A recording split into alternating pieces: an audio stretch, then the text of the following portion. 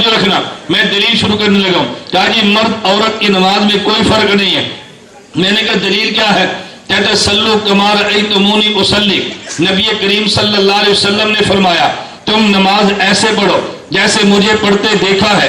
حضور نے خطاب مردوں عورتوں دونوں کو کیا ہے، لہذا مرد بھی نماز ایسے پڑھے جیسے نبی نے پڑھی ہے، عورت کی نماز ایسے پڑھے جیسے حضور نے پڑھی ہے۔ جب نبی نے فرق نہیں کیا تو تم کون ہوتے ہو فرق کرنے والے؟ میں نے کہا بیٹا آدھی حدیث پڑھو گے نتیجہ اور نکلے گا، اور پوری حدیث پڑھو گے نتیجہ اور نکلے گا۔ ذرا اسی روایت کو جو امام بخاری نے پڑھی ہے آپ شروع سے شروع کر دیں۔ امام بخاری فرماتے ہیں مالک بن حویرث رضی اللہ عنہ نے فرمایا ہم جو نوجوان تھے اللہ کے نبی کی خدمت میں آئے اور کچھ دن حضور کی خدمت میں رہے۔ اللہ کے نبی رحیم و مہربان تھے، حضور نے محسوس کیا ہمیں گھر کا تقاضا ہے، حضور نے محسوس کیا یہ گھر جانا چاہتے ہیں۔ اللہ کے نبی نے فرمایا ارجعوا الی اہلیکم، اب تم گھر چلے جاؤ۔ اس سے پتہ چلا ان کے ساتھ عورتیں نہیں تھی، توجہ، پتہ چلا عورتیں نہیں تھی، صرف مرد آئے تھے، عورتیں نہیں تھی۔ اللہ کے نبی نے فرمایا گھر جاؤ، اپنے گھر والوں کو بھی نمازیں اور دین سکھاؤ،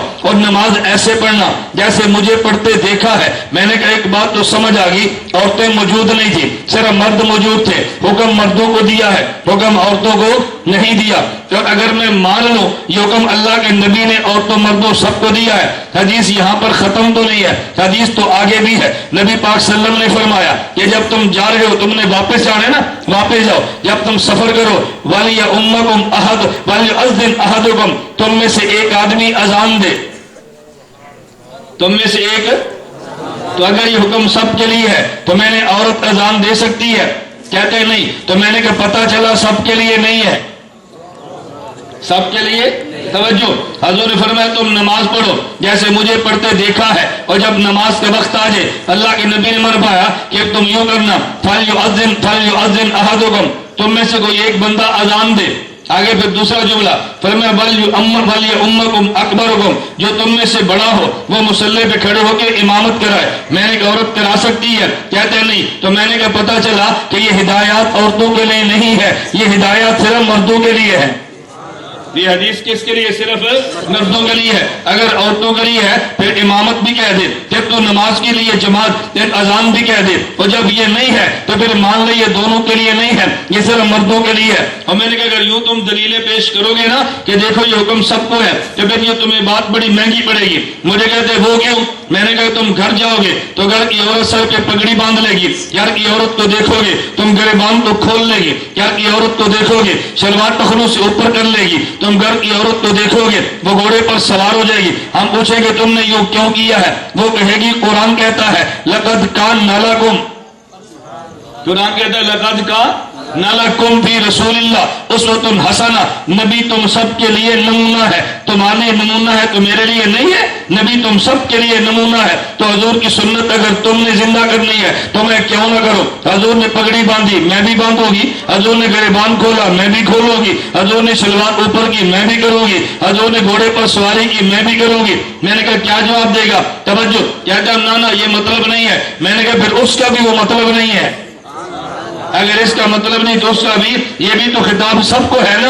تو جس طرح اس آیت کا مطلب یہ ہے کہ پیغمبر نمونہ تم سب کے لیے، کیا مطلب؟ جو تعلیمات مردوں کے لیے ہے وہ مردوں کے لیے ہے، اور جو عورتوں کے لیے ہے وہ عورتوں کے لیے ہے۔ جو نماز عورتوں کے لیے عورت اس کے مطابق، اور جو نماز مردوں کے لیے مرد اس کے مطابق۔ اب ذرا دلیلیں سمجھنا کہ مرد عورت کی نماز میں فرق کیسے ہے۔ میں کہتا ہوں دلیل نقلی بھی ہے اور دلیل عقلی بھی ہے۔ دلیل نقلی کا معنی جو نقل ہو کر آتی ہے جسے قرآن و حدیث کہتے ہیں، اسے دلیل نقلی کہتے ہیں، اور دلیل عقلی کا معنی کیا ہے؟ جسے قیاس اور دماغ کہتے ہیں۔ مرد عورت کی نماز میں فرق ہے، دلیل نقلی بھی ہے، دلیل عقلی بھی ہے۔ دلیل نمبر 1، نبی پاک صلی اللہ علیہ وسلم گزر رہے تھے، ان النبی تمر علی امرأتین تصلیان، حضور گزرے تو عورتیں نماز پڑھ رہی تھی۔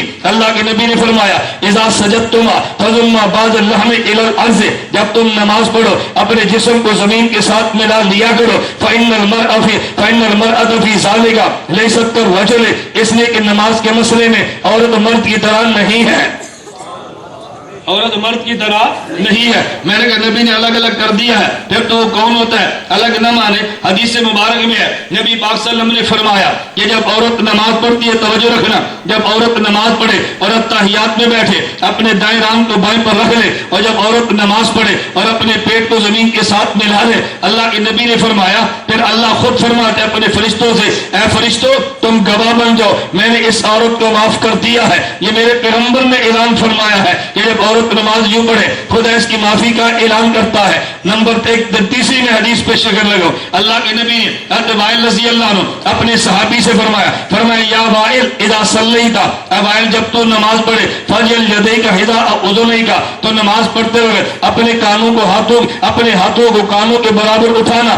بل مرأۃ تجعل یدیہا حذاء ثدیہا, اور جب عورت ہاتھ اٹھائے اپنے سینے کے برابر اٹھائے تو نبی نے سجدے میں فرق فرما دیا ہے, نبی نے تشہد میں فرق فرما دیا ہے, تو نبی نے اسی طرح ہاتھ اٹھانے میں فرق فرما دیا ہے. اور تمام ائمہ, امام ابو حنیفہ, امام مالک, امام شافعی, امام احمد اور چاروں ائمہ کے اس بات پہ اجماع ہے کہ مرد عورت کی نماز میں فرق ہے. کہاں فرق ہے؟ اللہ کے نبی نے فرمایا کاستر ما یکون لہا, جس پہ عورت کا سطر زیادہ ہے عورت خیال اس کا کرے. جب نماز پڑھنے لگو آدمی ہاتھ یہاں تک اٹھائے یا یہاں تک اٹھائے, زیادہ سطر اس میں ہے, عورت ہاتھ نیچے رکھے, عورت ہاتھ پھیلا دے یا سمیٹ لے, زیادہ سطر ہاتھ سمیٹنے میں ہے, عورت یہ پوری جھک جائے یا تھوڑی سی جھک کے گھٹنوں کو ہاتھ لگائے تو سطر اس میں زیادہ ہے. حتیٰ کہ بخاری میں روایت موجود ہے نبی پاک صلی اللہ علیہ وسلم نے اتنا فرق کیا ہے, اگر مرد آگے نماز میں ہے عورت پیچھے کھڑی ہے, اس کا معنی یہ نہیں ہے عورتوں کو جماعت میں آنا چاہیے. حدیث ساتھ موجود ہے, ام حماد سعیدیہ کہتی ہے میں نے کہا یا رسول اللہ میرا دل کرتا ہے میں آپ کے ساتھ نماز پڑھو. اللہ کے نبی فرمانے لگے قد علمت انک تحبین الصلاۃ معی, ہاں ام حماد میں جانتا ہوں مجھے پورا یقین ہے تیرا دل کرتا ہے تو نماز میرے ساتھ پڑھے, لیکن میں محمد کہتا ہوں تیرا نماز کمرے میں پڑھنا برآمدے سے بہتر ہے, برآمدے میں پڑھنا گھر کے سین سے بہتر ہے, محلے کی مسجد میں پڑھنا اپنے گھر کے سین سے بہتر ہے. حتیٰ کہ تیرا میری مسجد, تیرا محلے کی مسجد میں نماز پڑھنا میری مسجد نبی میں نماز پڑھنے سے بہتر ہے. تو نبی نے فتویٰ دیا عورت کا کمرے میں نماز پڑھنا مسجد نبی میں نماز پڑھنے سے بہتر. یہ فتویٰ کس کا ہے؟ امام اعظم ابو حنیفہ کا؟ بولو نا. امام مالک کا؟ اس کا نبی کریم صلی اللہ علیہ وسلم کا. آپ کہوگے پھر اس کا مطلب کیا ہے جو آپ دلیل دینے لگی ہیں؟ اس کا مطلب یہ ہے بیٹا تراویح پڑھاتا ہے, اس کا جی چاہتا ہے میں گھر میں تراویح پڑھا لوں, میرا ابو بھی سن لے میری امی بھی سن لے, آگے ابو اور بھائی کھڑے ہیں پیچھے امی اور بہن کھڑی ہے, تراویح پڑھ رہے ہیں اور گھر میں تراویح پڑھ سکتے ہیں.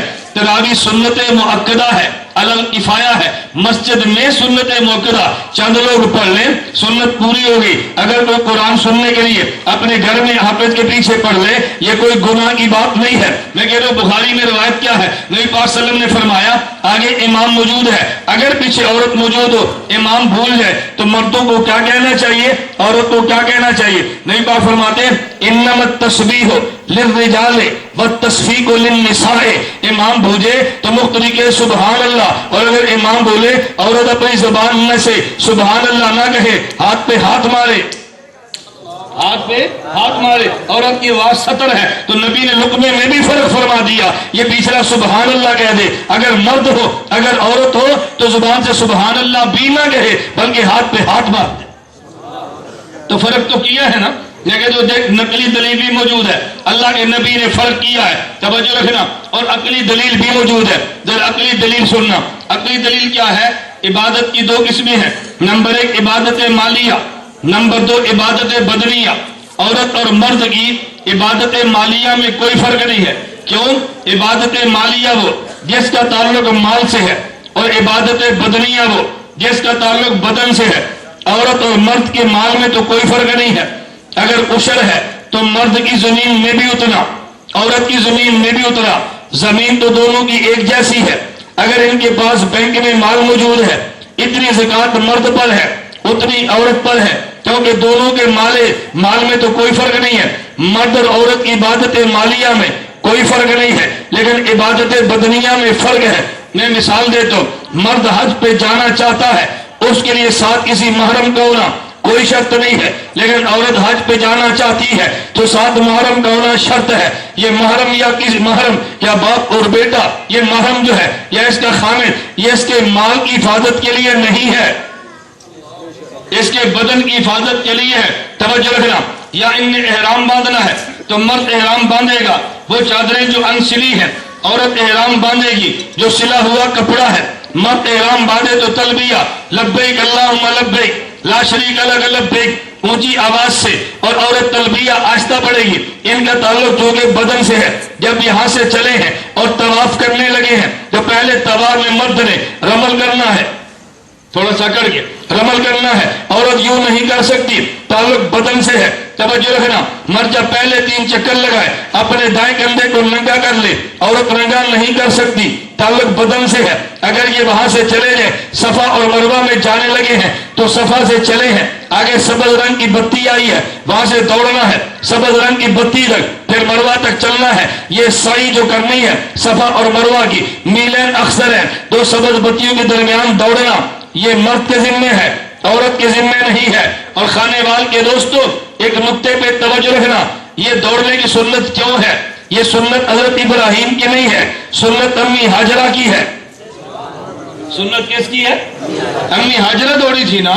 امی ہاجرہ دیکھی، اسماعیل علیہ السلام کعبے کے پاس ہے اور پانی نہیں تھا، کھانے کے لیے کچھ نہیں ہے، تو پھر دودھ چھاتیوں میں کہاں سے آئے گا؟ امی ہاجرہ صفا پہاڑی پہ چڑھی ہے، شاید کو آدھا قافلہ نظر آئے، کوئی نظر نہیں آیا، پھر صفا پہاڑی سے یہ نیچے آئی، اسماعیل جہاں سے نظر آ رہے تھے آہستہ چلی، اور جب نشیب میں چلے گی اسماعیل اوپر ہے، نظر نہیں آتے، امی ہاجرہ دوڑی ہے، اور جب وہاں تک پہنچی بیٹا نظر آ گیا، پھر آہستہ آہستہ چلنے لگی، پھر واپس آئی ہے جہاں تک بیٹا نظر آتا، آہستہ چلی، اور جب نشیب میں چلی گئی بیٹا نظر نہیں آتا تو پھر دوڑی ہے۔ یہ دوڑنے کی سنت حضرت ابراہیم کی نہیں ہے، امی ہاجرہ کی ہے۔ تو جب سنت امی ہاجرہ کی ہے تو زندہ بیٹی کو کرنا چاہیے تھی نا، لیکن حکم یہ ہے اگرچہ سنت امی ہاجرہ کی ہے لیکن زندہ بیٹی نہیں، بیٹا کرے گا، کیونکہ تعلق بدن سے ہے۔ جب امی ہاجرہ دوڑی تو اکیلی تھی، اب عورت اکیلی نہیں ہوگی، ہر یہ عمرہ ہوگا، ہزاروں کی لاکھوں کی تعداد میں ہے۔ اگر مرد دوڑتا ہے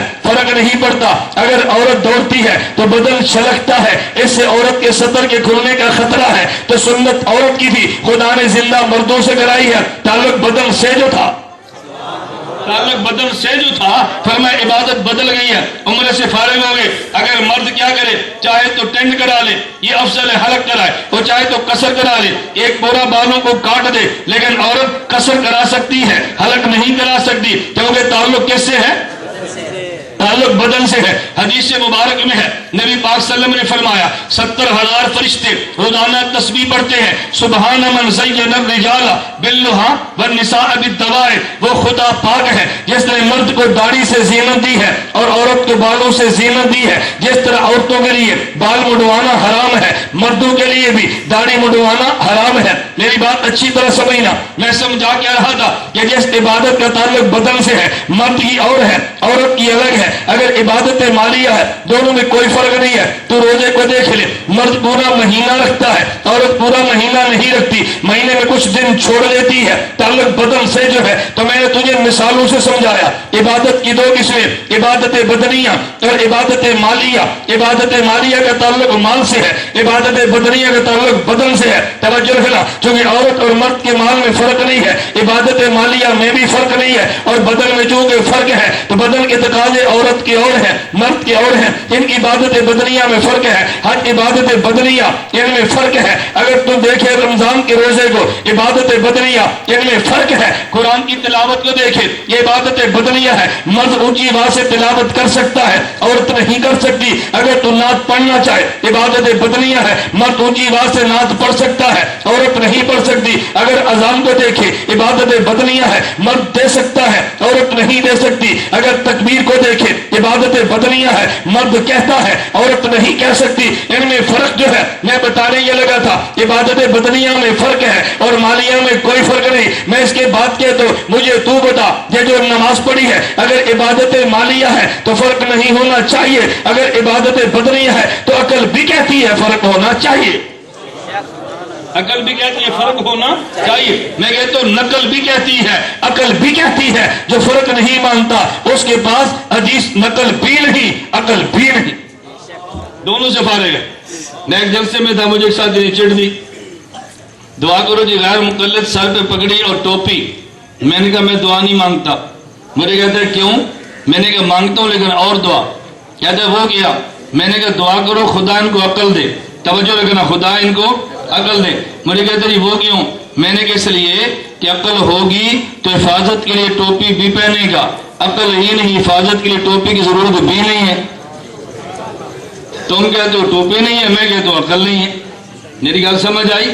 اللہ میں بات سمجھنے کی توفیق عطا فرمائے. عقل و نقل دونوں کہتے ہیں کہ مرد عورت کی نماز میں, مرد کی نماز الگ ہے, عورت کی نماز الگ ہے.